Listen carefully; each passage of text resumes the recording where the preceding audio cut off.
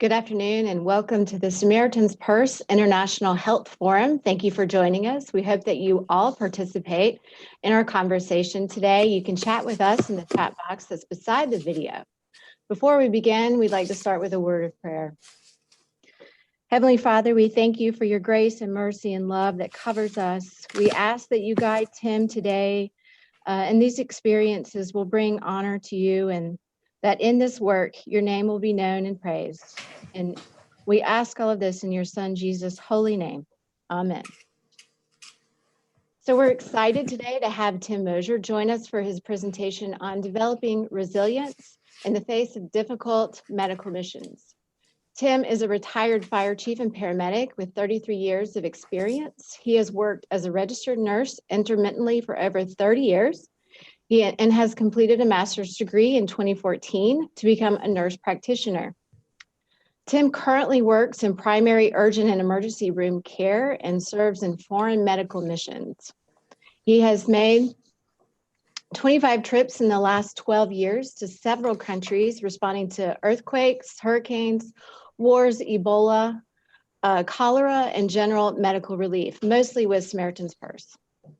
Tim has helped establish 2 local churches in his hometown of Lima, Ohio, and he's serving as an elder for 28 years in his church. He and his wife have been married for 35 years and have 4 daughters and 6 grandchildren. Tim Mosier, welcome. Thank you very much, Lee. It's a privilege to be here with all of you today.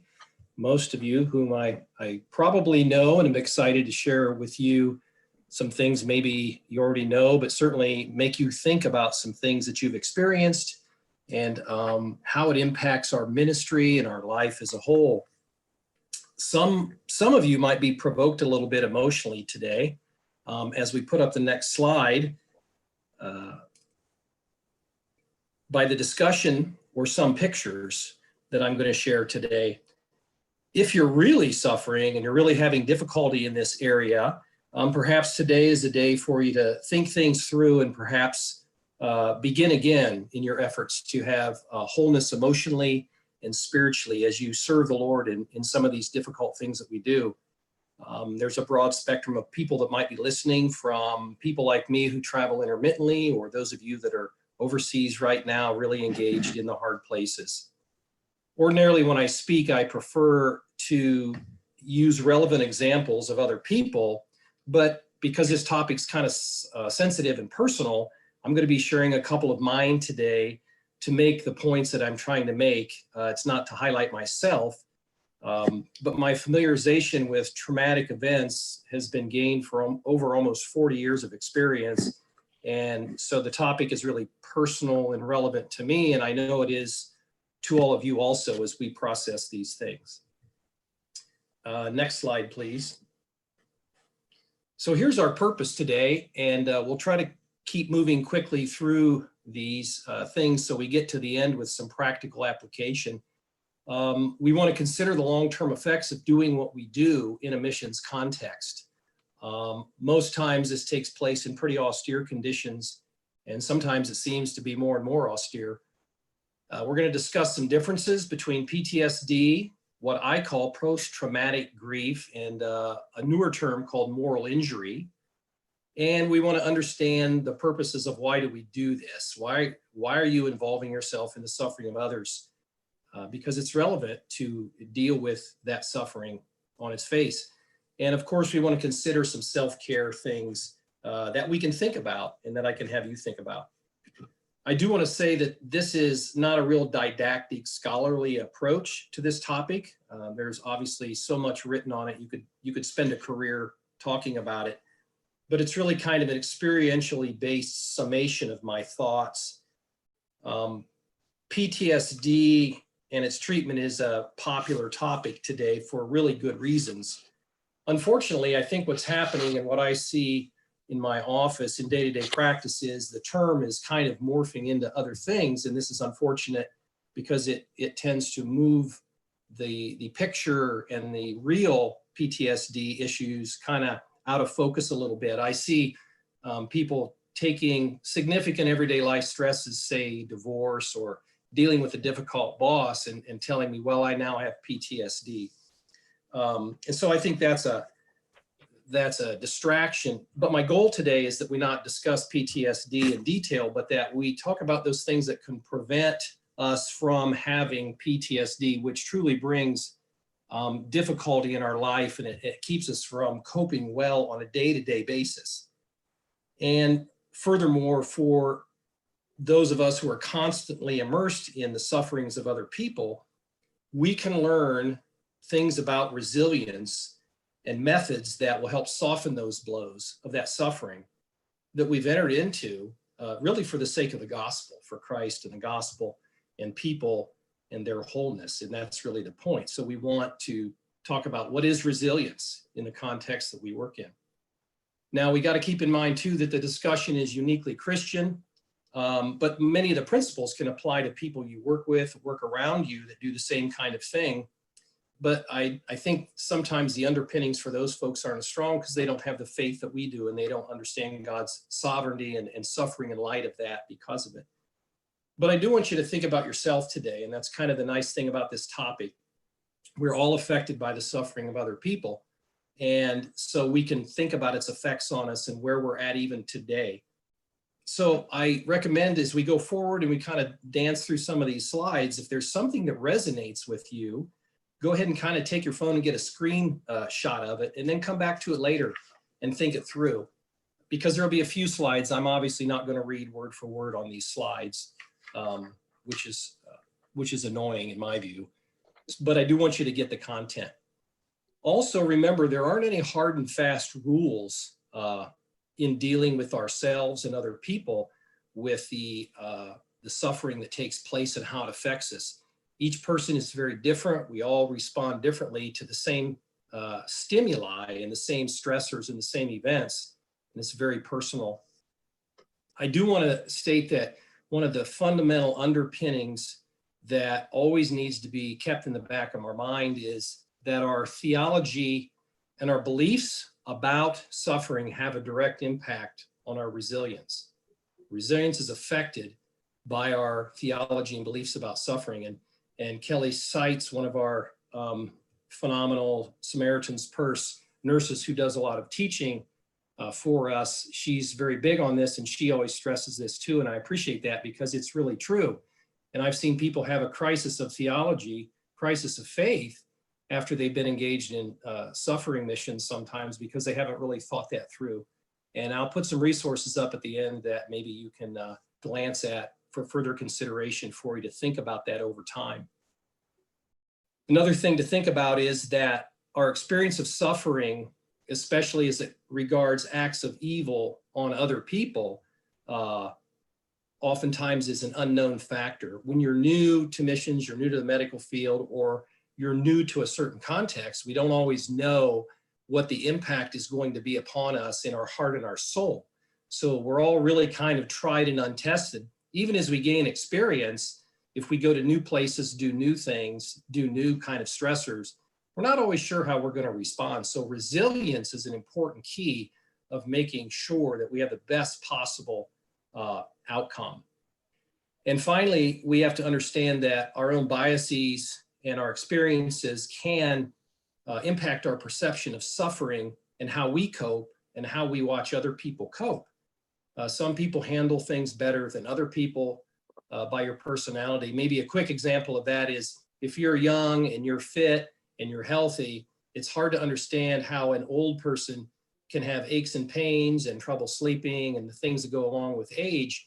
It's hard to understand how that can be true because you haven't experienced it. So as we talk about this topic, that's why it's very personal to each one of us, and we can apply the principles to ourselves and not to other people.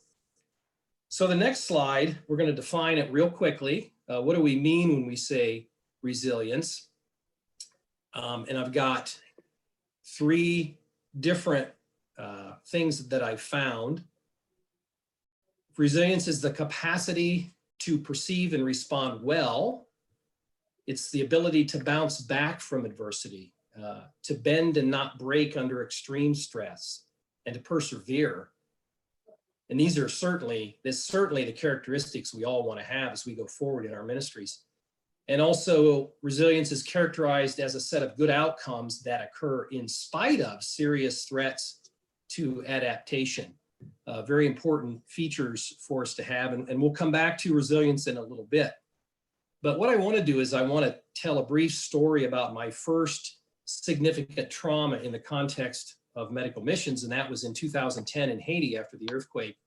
I and some other folks, we ended up there, like perhaps many of you, about 2 weeks after the initial event, and I ended up down in the airport hospital that was run by University of Miami. I wasn't planning on that. It's one of those stories how I got down there the next day. And before I knew it, I was in charge of the ER, what I call the death tents, the pre-op tents, and some other things.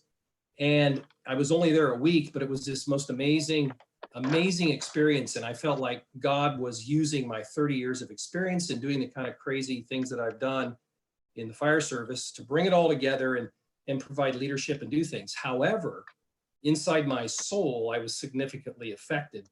And when I came back, and that was underlaid by the dynamic is I only slept 6 hours or 6 or 7 hours in most of that week because of what was going on and the effect of screaming children and other things.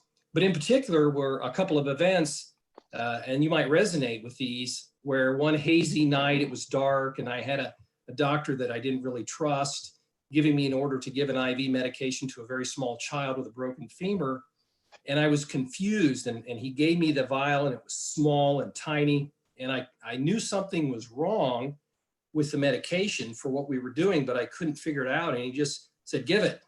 And I gave it, and the child went into respiratory arrest. Well, it turns out that he wanted midazolam, and I gave aprazolam, okay? That's Versed versus Valium. And so a mistake was made. The child ended up doing okay. And then there was another child who was dying that I kept forgetting to give Ativan to ease her suffering out in one of those tents. So a couple little examples of how I was really injured in my soul because mistakes were made. I made mistakes in that context. And it was the first time I faced that kind of intense trauma for a week. And when I came home, I seriously considered just dropping out of the medical field because I was retiring from the fire department. And I felt like the Lord say, no, I didn't bring you this far for you just to walk away. So I ended up going back later that year with Samaritan's Purse, and I healed over time. And I've started on this amazing journey since then that God has brought me to. But at that time, I was completely shocked and taken out of my element. And so that's the kind of thing that we're talking about, that we need resilience and build resilience. Next slide, please. Now, the context of the discussion, which the first point being roughly 50 to 60% of adults in the US have some kind of traumatic event happen in their life, but only 5 to 10% develop PTSD or clinical problems. That's actually very reassuring and tells us that PTSD is not a common response to significant trauma in life. And we always have to keep in mind that most SP World Med staff are exposed to the medical side oftentimes. And so they're not particularly immune. I can think of one good example in Iraq. When patients were dying in the field hospital, we had logistics people often sitting at the side of the bed with the patients who were dying because the medical people were busy. And so they came alongside us and experienced the same thing we did. Many of the staff, either long-term or short-term, respond over time. We compound our exposures. And recently I read a statement in General Dalyer's book, Shake Hands with the Devil. He was a UN commander in the Rwanda crisis of the 90s when that situation fell apart, telling about his experience and what happened to him inside. And he said, when evil is unleashed, the man who does the most will always feel the worst, just as the man who feels the worst often stands the best chance of doing the most. And I think that actually helped me quite a bit to see that in the midst of our dealing with horrific situations, oftentimes they of course tear us up and we feel terrible in some way. But oftentimes that gives us the best chance of getting the most done because we're in it. We're coming alongside those who suffer. And that's when we can be effective because we're willing to bear that burden. And more so for us, we're willing to bear it for Christ and the gospel. Next slide. So a brief comment on PTSD. I think we all know what this is. I think we all know it when we see it in our friends or family.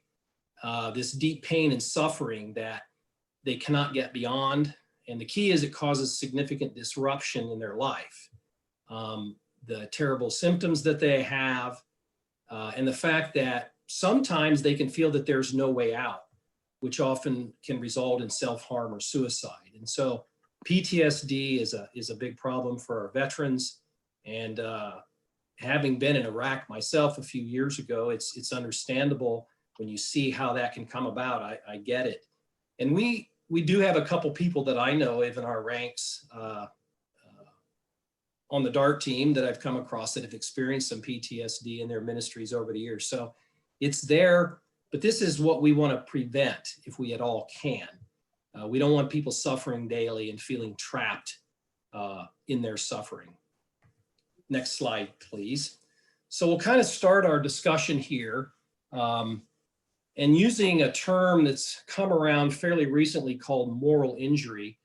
And I want to give Mark Langham, one of our logistics and do everything guys with Samaritan's Purse, some credit because he discussed this at Prescription for Renewal recently, and a couple of these slides were his.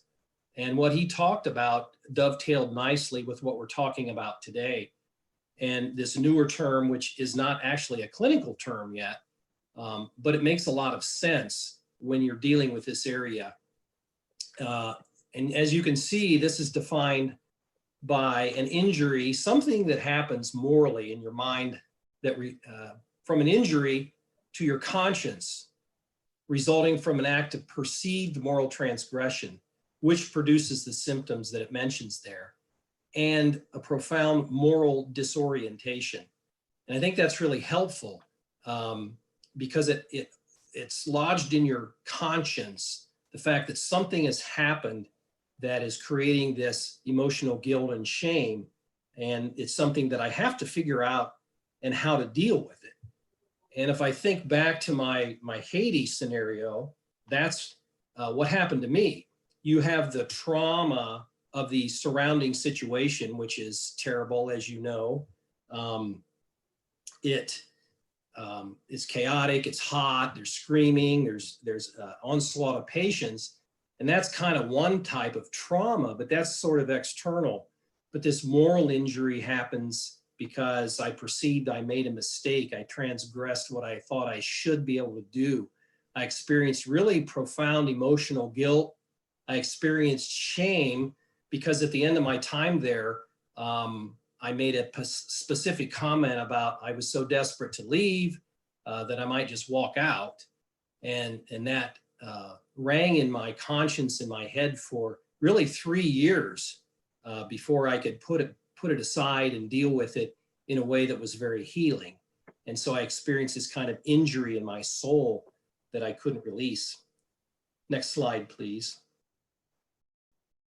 And what I see in the area of moral injury, there are really two ways this happens to us. And it's good to recognize this. It helps us deal with it a little better.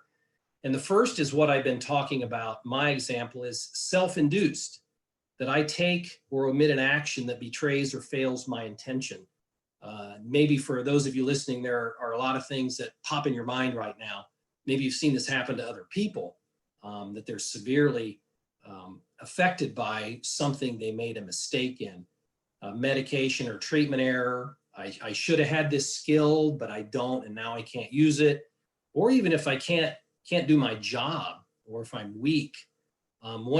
When I responded to the Ebola crisis in 2014, people would ask me, so are you scared of the virus? And I said, well, I'm scared enough, but I'm more afraid of not being able to function, as a 50-some-year-old in this difficult environment, and that I will fail my team.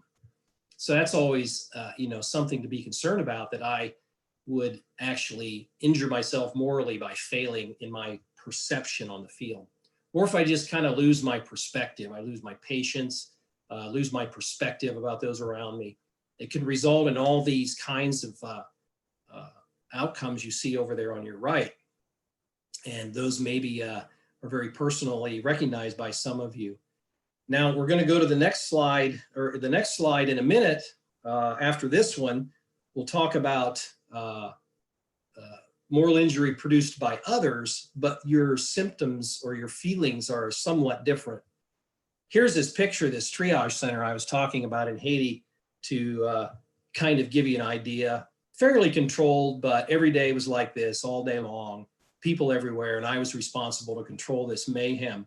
So even looking back at a picture like this pops feelings into my mind and my heart. And so it's always kind of there just a little bit if you want it to be there. Next slide. So in this slide, I try to, yeah, you can go back one, please. There you go. In this slide, I kind of lay out what I call the others induced. It's the most simple way. And you'll certainly, all of you would maybe recognize this, where someone else takes or omits an action or makes me take one that betrays what I think is normally considered right in what I'm doing. You watch what maybe seems to be an error or poor treatment by somebody else. This is often seen on the mission field when we're trying to integrate national staff in medical care. It's particularly difficult. How do you do that? How do you stand by and watch the local level of care when perhaps you could or you should intervene to not get such a bad outcome? Or someone is, in a sense, forcing you to take an action foreign to your training or experience. And that can easily happen in the foreign missions context, because things medically are often done differently than we do here in the West. And you may not be comfortable with doing something in that way when maybe the locals there are. So you have a clash. Sometimes there's bedside conflict. That happens right here every day in the West. Many times you have very poor supply, or you have equipment that's not any good, or you don't have any equipment that you need. Sometimes there's administration limitations. You're being told, this is the level, this is it, this is what you'll do or not do. And you have to process that in a way that's healthy, because in the moment, all those things listed on your right, we all know every one of those feelings, I bet. So it's not a matter that we experience those feelings, but it's what we do with those feelings, because they can be very debilitating.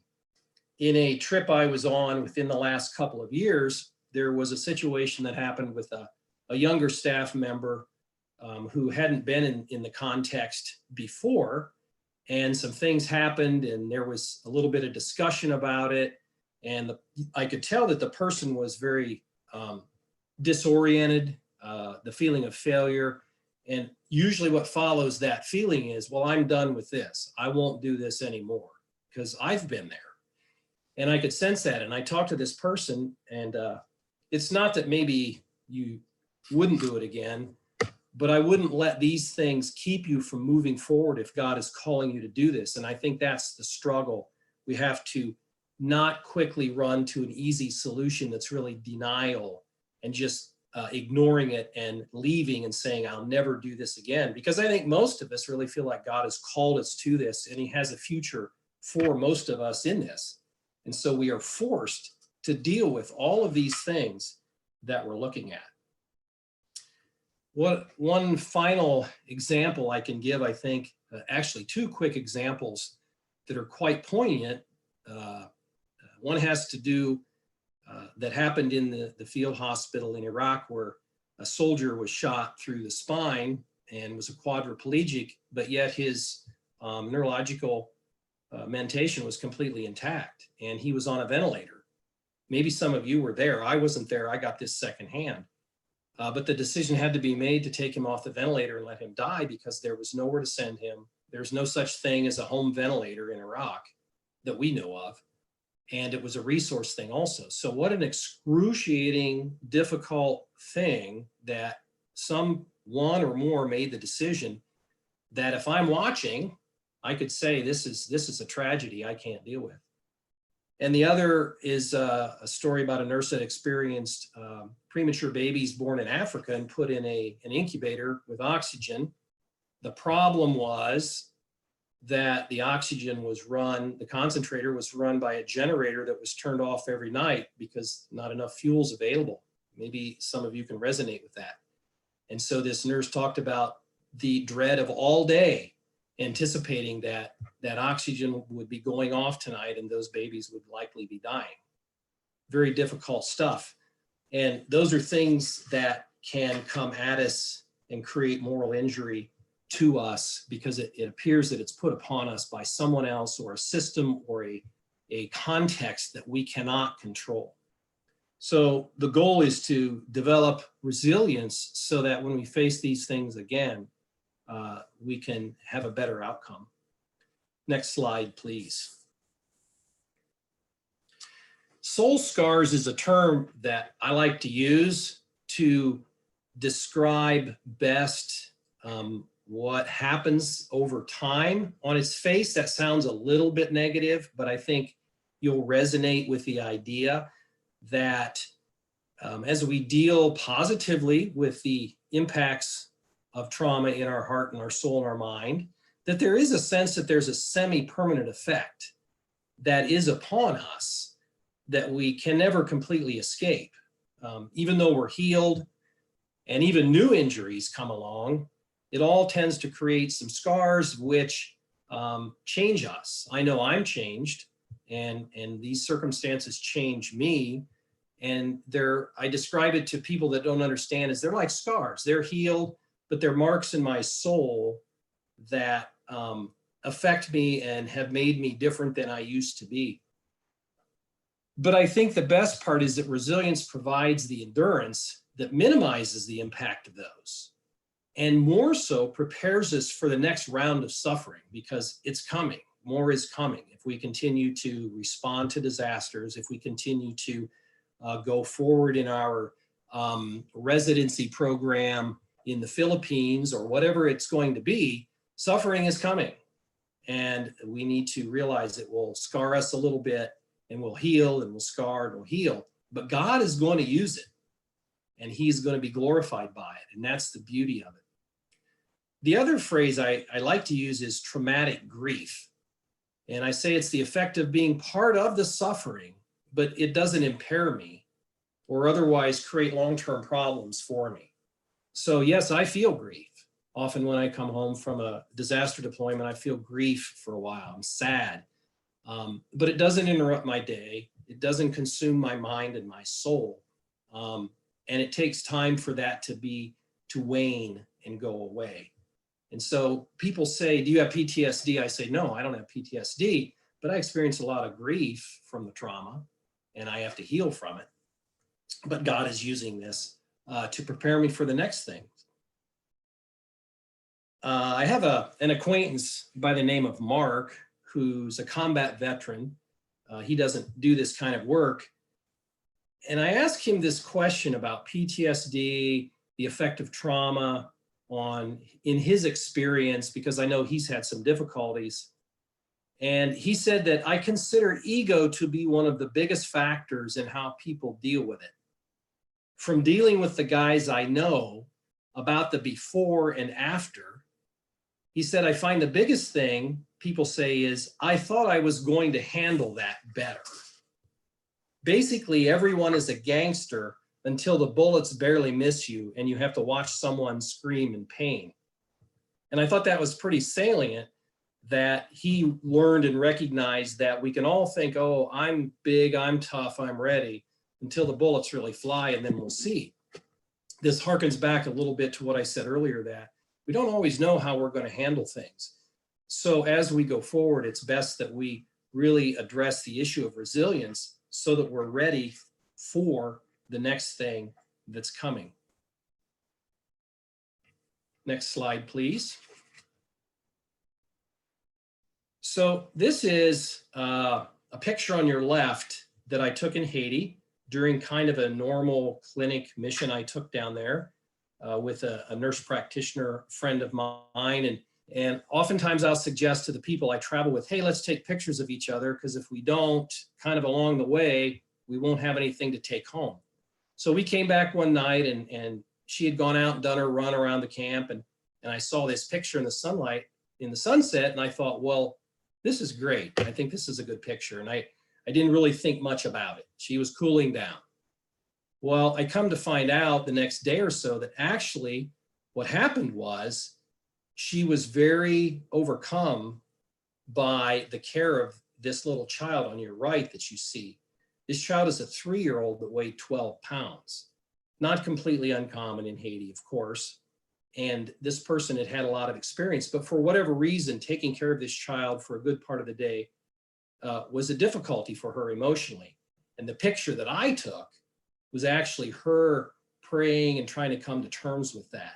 And so I keep this picture kind of in my office, visible, and I call it the suffering servant, because we all can resonate with this. We've all had these moments where we have to deal with the suffering that we've witnessed. It causes us to suffer, and we have to learn how to bear under it. And so I keep this close at hand, so I glance at it once in a while, and I remember, hey, this is part of what we're doing. Always remember that, and we're doing that for a reason. Next slide.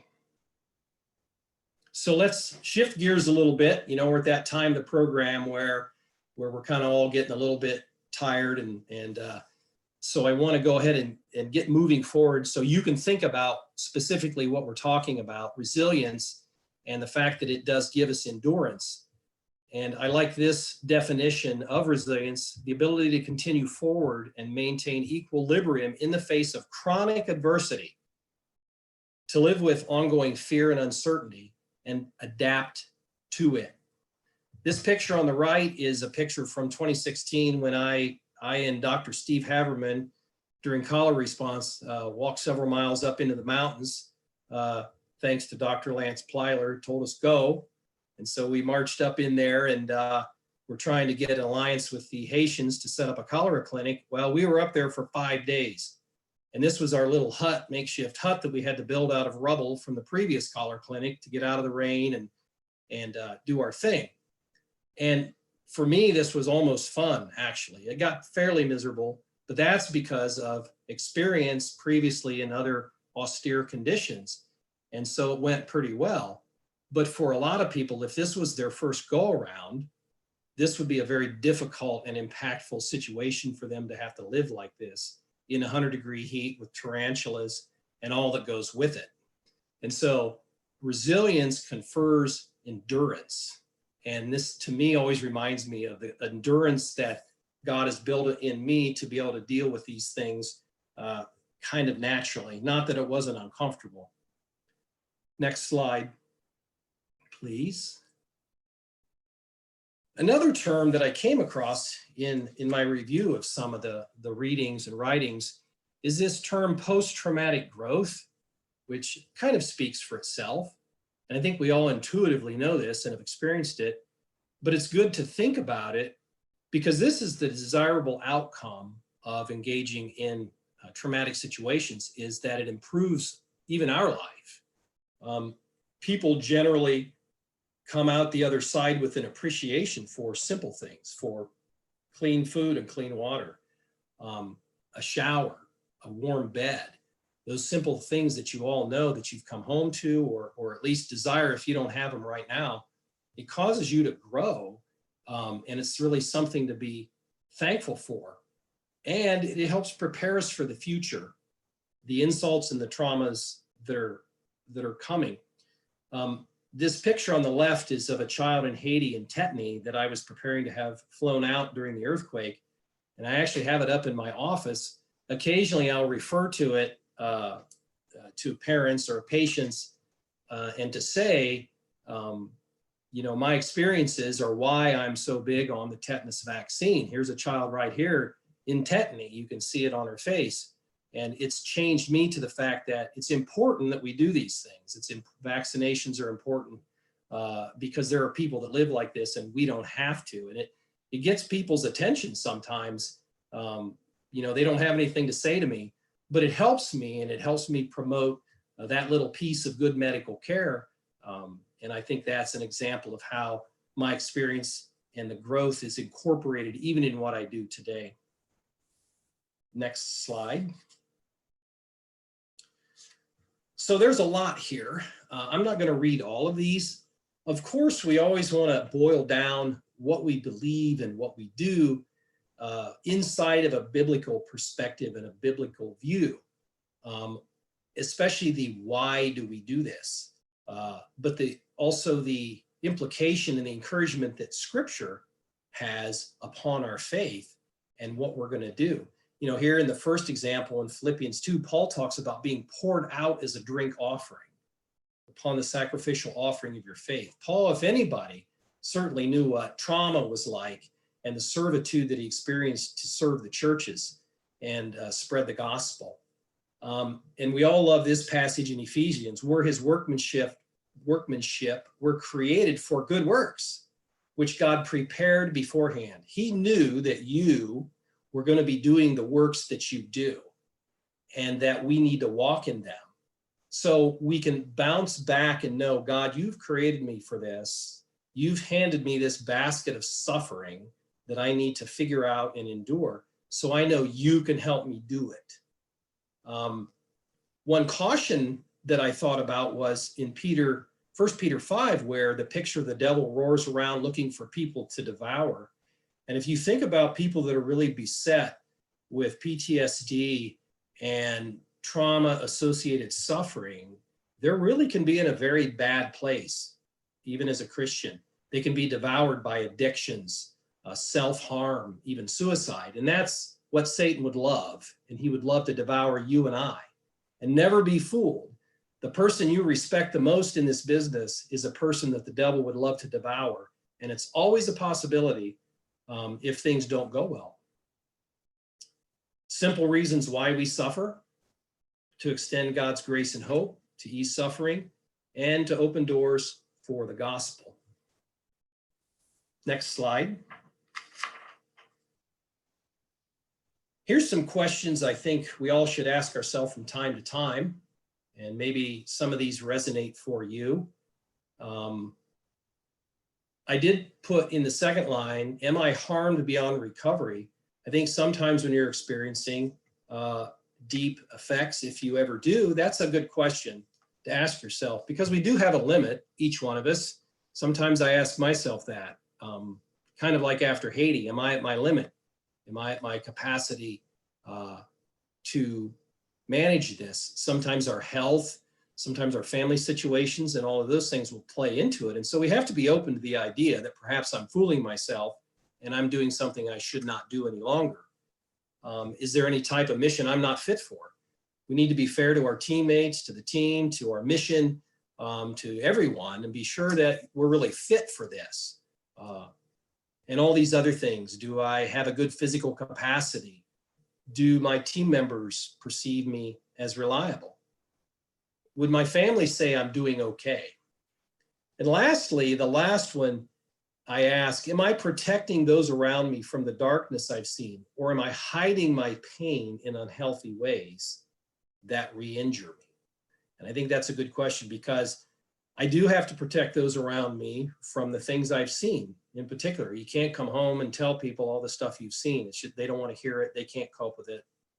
But sometimes I can use that to hide the fact that I'm in deep pain and I'm not doing well, and I'm continually re-injuring my soul because I won't deal with it. So you can look at those later. Let's go to the next slide. Here's some self-care things, and I think of them in two ways. And this is where I would encourage you to look at this a little later and think of this carefully. There's reactive self-care. In other words, generally when I come home or after the trauma happens, these things on the left are very good to consider and think about. On the proactive side, that's what you want to do to help build your resilience and prepare you for the next trip or the next time you're assigned to the field, or even your next job, because we all know that the medical field can be extremely difficult, and that ultimately it's not just the mission field, but there is something unique about being in austere conditions that underlie the trauma and make it worse. A couple of things I do want to point out in these that I see kind of people tend not to do. Sometimes people don't keep connected to a church. They don't talk about their experiences, and the alone time becomes too much. We all need that alone time, but the trend would be to stay alone, and that's a real danger, I think we all know. On the proactive side, one concern that I've seen over the years is the family and the marriage situation. I've literally heard people, Christians, tell other Christians, well, if my spouse didn't want me to go, I would go anyway because it's God's will for me. So I'm kind of hard-nosed on that issue, that if your spouse says don't go, then you don't go, because you have other things that you need to work on at home. So I give you permission to stay home, okay? I don't think God wants us fracturing marriages over medical missions. And for newer people, I suggest you stay connected to the team and find team members you resonate with, because we have a unique camaraderie that's built up. And I love that camaraderie I have with doctors all over the world and nurses that I know and logistics folks. It's a wonderful, amazing thing about Samaritans Person World Med that we have that, and we need to use that and develop that. And finally, to keep developing your theology of suffering. Next slide, please. So here's some readings that I had talked about for you to think about. These writers, R.C. Sproul, Tim Keller, John Piper, C.S. Lewis, they all have things to say for you, and they'll provoke your thinking and they'll provoke your theology so that you don't have to wrestle so much as you're dealing with this issue. One final thought that I did have in the area of self-care that I didn't write down was to listen to good podcasts and music rather than watch nonsense TV and movies. That's always a good advice in life anyway. But I think that's a better way to keep our minds full of things that build up our heart and our soul rather than watching and listening to a bunch of nonsense. So I think we'll take a little bit for some questions here if you have, or even if you want to make a brief statement about something you've learned in self-care. We would love to hear that right now. Well, Tim, while we're waiting for some of these questions to come in, just a reminder to our viewers, just to post your questions in the chat. We'll just address them as they come in. But I wanted to go ahead and ask a question on my own. What do you advise for families as you are assimilating back home in terms of what did they need to do to support you? That's a really great question, and it's always an appropriate question, and everybody asks it. I think what we need to do is figure out, first of all, what we need and tell them clearly what we need. Of course, not in a demanding way, but I think families are interested to know, what do you need? Some people need to go away for 4 days or live in the basement for 4 days. I've heard that, and you need to communicate that. Or some people need to talk, or some people need to go out to eat, whatever it is, or they need 2 days of sleep. I think communicate with your family what you need, and actually over time, they will become used to what you need because they'll see that and they'll hopefully make room for you to do that. But you also have to remember, maybe they've been through a lot while you're gone too. So keep a part of you available to them so that you can respond and try to, always be building the bridge back. Even though you feel like, your world is overwhelming you, we always need to build a bridge back with our loved ones. Right. I have one more question that's come in, and this is more about you as a medical volunteer. How do you arrange that with your current employer in terms of being able to have that freedom to go when you need to go? Great question. Well, it has been different because I've had a few different settings over the last 15 years. But first of all, it usually comes down to the will to do it.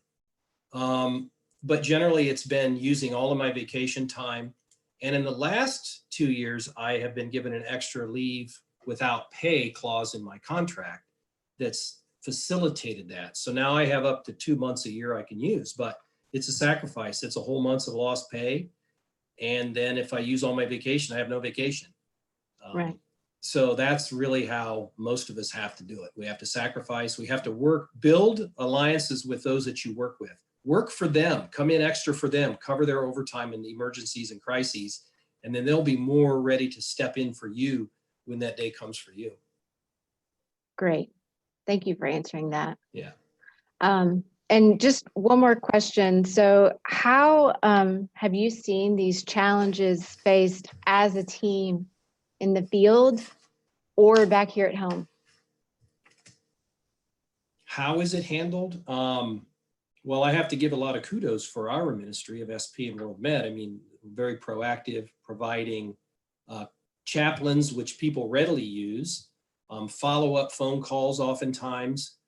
Team members should be sure to communicate back to headquarters too if they're worried about a team member that they're interacting with, because headquarters will actually reach out to that person. Mm-hmm. And so, but in spite of it all, I think there's always at the bottom of it that we have to reach out to someone else, because those that are suffering the most often won't do that. But I think our culture of engaging with people and reaching out to them helps that a great deal. And I've seen some phenomenal things and responses with pastoral and chaplain counseling and availability from Samaritan's Purse. Great. Thank you for that. I don't think we have any more questions coming in, but Tim, we really appreciate your time today and for joining us. I wanted to remind any of our viewers that this is a CME credit and it's available for this session. So the form and instructions are in your email. We'll be sending that as a follow-up email. There'll be a link for this recording. If you're not on our email list, you can join the forum at health.samaritanspurse.org and be the first to know about any upcoming events. So our next webinar is going to be Wednesday, December 11th with Dr. Wendy Hoffman. She's going to be presenting on ophthalmology in the developing world. So be sure to join us then. So thank you for joining us today. Thank you, Tim. And we hope you all have a blessed day. Thank you.